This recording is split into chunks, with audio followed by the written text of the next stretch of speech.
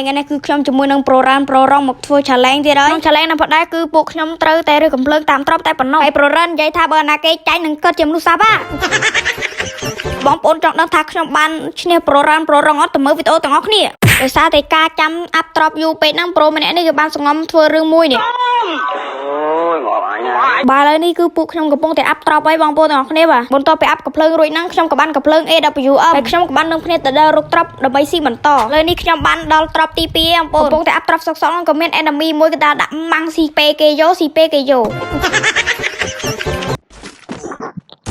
មួយម៉ាយកន្លែងនេះប្រឹងថាមកស៊ីពេប្រូរ៉ានមានអីទេប្រូរ៉ានដាក់ខ្យល់ខ្ញុំប្រឹងថាមកស៊ីពេគេតែស៊ីពេគេអត់ទាន់អត់បានហើយបន្តមកហ្នឹងខ្ញុំក៏បានមកអាប់ត្រប់តែឯងតែគ្នាខ្ញុំនឹងបានរត់ចោលខ្ញុំអស់ហើយដោយសារតែខ្ញុំប៉ិនស៊ីពេគេពេក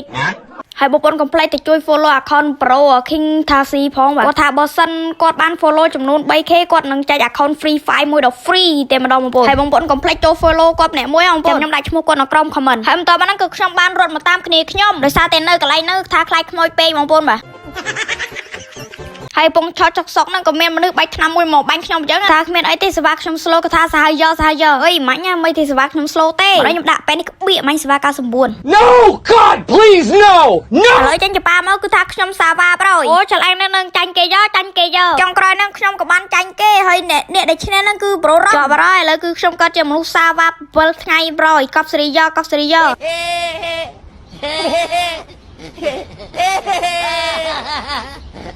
ក